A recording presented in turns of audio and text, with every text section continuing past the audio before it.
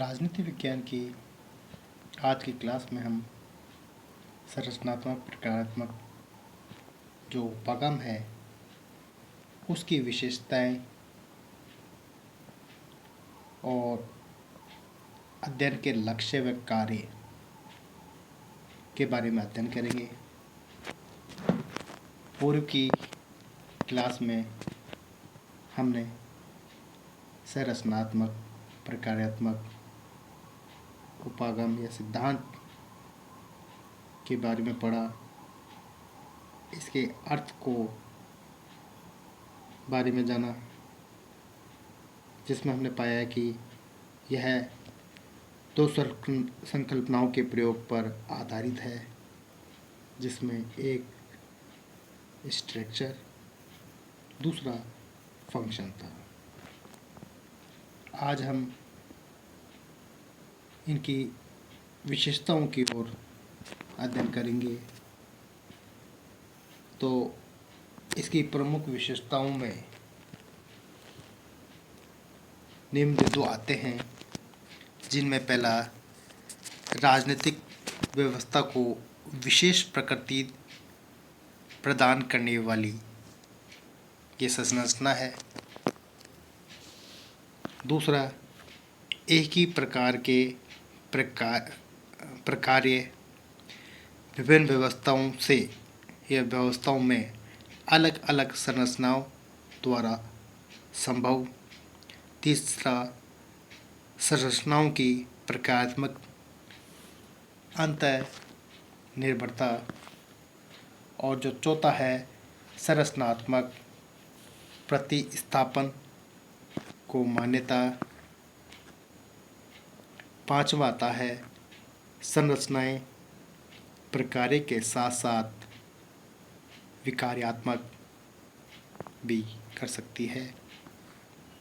और जो छठा बिंदु आता है इसकी विशेषताओं में, वो तुलनात्मक अध्ययन में राजनीतिक और अराजनीतिक दोनों संरचनाओं की तुलना आवश्यक।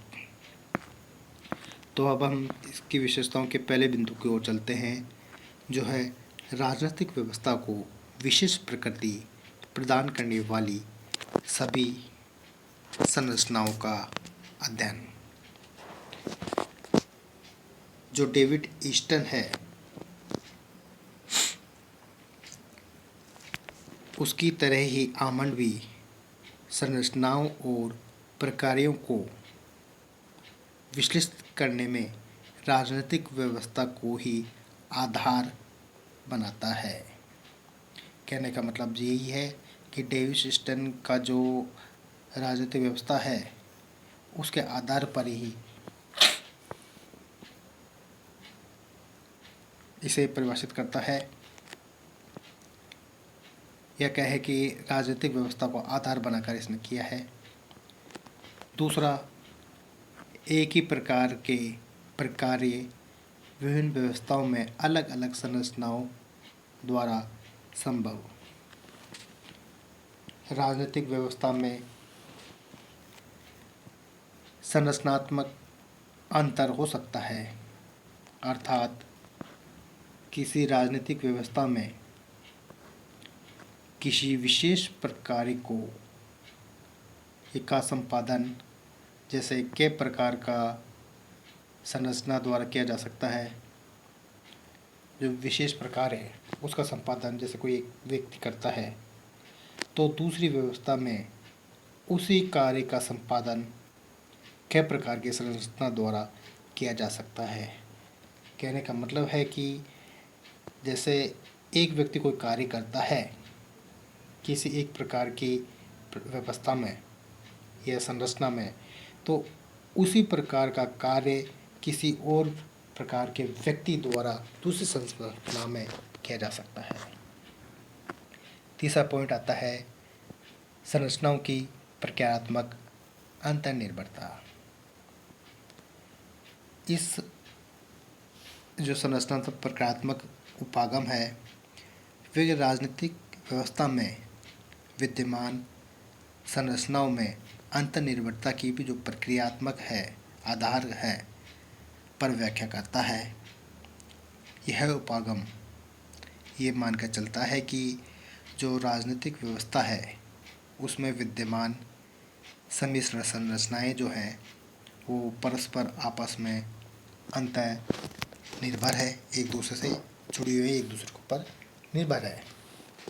उनके कार्य अलग अलग हो सकते हैं किंतु उनका जो उद्देश्य है वो एक ही है।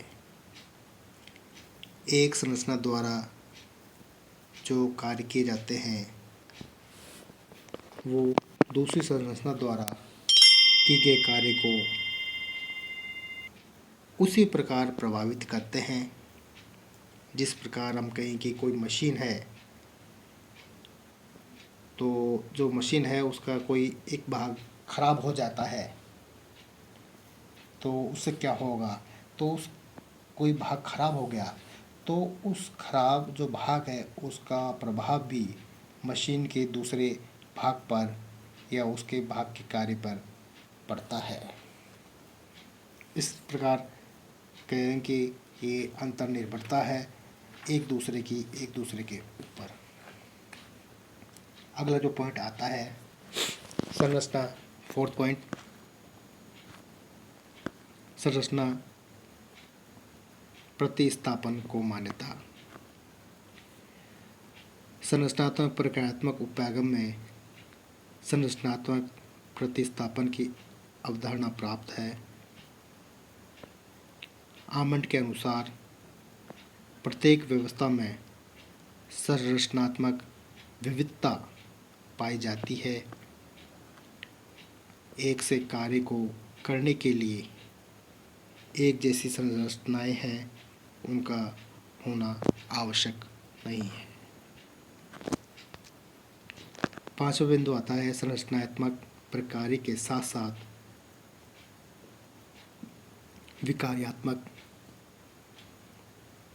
जिसमें कहें कि हम वास्तव में जो संरचनाएं हैं उनके कार्य परिस्थितियों पर निर्भर करते हैं। इसलिए उपागम संरचनाओं के जो द्वि आयामी कार्य है स्वीकार करके चलता है। इसकी विशेषताओं का जो अंतिम बिंदु है वो है तुलनात्मक अध्ययन में राजनीतिक और अराजनीतिक दोनों संरचनाओं की तुलना आवश्यक। संरचनात्मक प्रक्रियात्मक उपागम यह मानकर चलता है कि राजनीतिक व्यवस्थाओं के तुलनात्मक अध्ययन में न केवल औपचारिक बल्कि उन अनौपचारिक संरचनाओं की तुलना भी करनी चाहिए। कहने का मतलब औपचारिक के साथ साथ अनौपचारिक संरचनाओं की तुलना भी करनी चाहिए जिन्हें हम राजनीतिक संरचनाओं की श्रेणी में नहीं रखते हैं। तो ये तो इसकी विशेषताएं थी।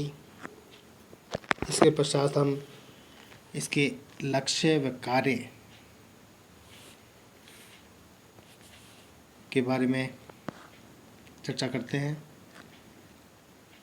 आमंड और कोलमैन ने इसके लक्ष्य व कार्य के संबंध में निम्न बातें बताई है, जिसमें फर्स्ट बिंदु में आता है आमंड के अनुसार जो राजनीति विज्ञान का जो क्षेत्र है तुलनात्मक राजनीति है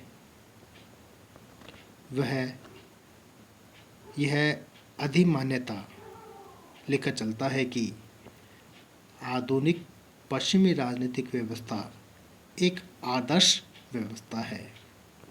जो आधुनिक पश्चिमी राजनीतिक व्यवस्था है उसको आदर्श व्यवस्था मानकर चलता है और वर्तमान जो राजनीतिक व्यवस्थाओं का इस आधार पर वर्गीकरण करता है। यह कहा जाता है कि वे अपने जो परंपरागत स्वरूप है उससे निकलकर आधुनिक जो स्वरूप है को प्राप्त करने की प्रक्रिया में इस समय संक्रमण की किस स्थिति में है। सेकंड विंडो में आमंड राजनीतिक परिवर्तन को विकास के संदर्भ में देखता है। उसके अनुसार विकास की प्रक्रिया एक तार्किक प्रक्रिया है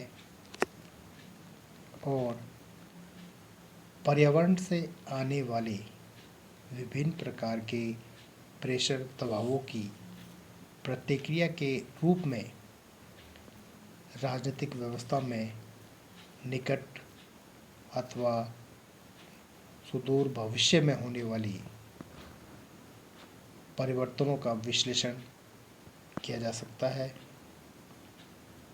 यहाँ तक कि उनके संबंध में भी भविष्यवाणी की जा सकती है। तीसरा जो इसका बिंदु आता है लक्ष्य कार्य में, जिसमें आमंड के अनुसार उसने राजनीति के एक ऐसे जो सिद्धांत का आविष्कार संरचनात्मक प्रक्रियात्मक विश्लेषण पद्धति के रूप में कर लिया है, जिसके आधार पर अंतत सांख्यिकी और जो गणितीय निरूपण है वो सफल हो सके।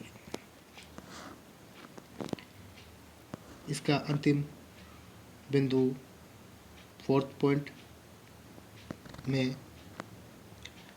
आमंड तथा जो कोलमैन है वो राजनीति के एक कृत्यात्मक सिद्धांत के निर्माण का लक्ष्य लेकर चलते हैं। उनका उद्देश्य यह समझाना है कि जो राजनीतिक व्यवस्थाएं हैं किस प्रकार से जो अपना वास्तविक या परंपरागत जो स्वरूप है उसको छोड़कर जो आधुनिक रूप है या स्वरूप है उसमें किस प्रकार प्रवेश करती है। इस प्रकार हमने आज संरचनात्मक प्रक्रियात्मक की उपागम है उसकी विशेषताएं व लक्ष्य कार्य के बारे में अध्ययन किया। इससे पूर्व में हमने संरचनात्मक प्रक्रियात्मक उपागम ये सिद्धांत के बारे में उसके अर्थ के बारे में पढ़ा था। इस प्रकार आज ये टॉपिक कंप्लीट होता है संरचनात्मक प्रक्रियात्मक। अगली क्लास में हम नए टॉपिक के साथ वापस मिलेंगे।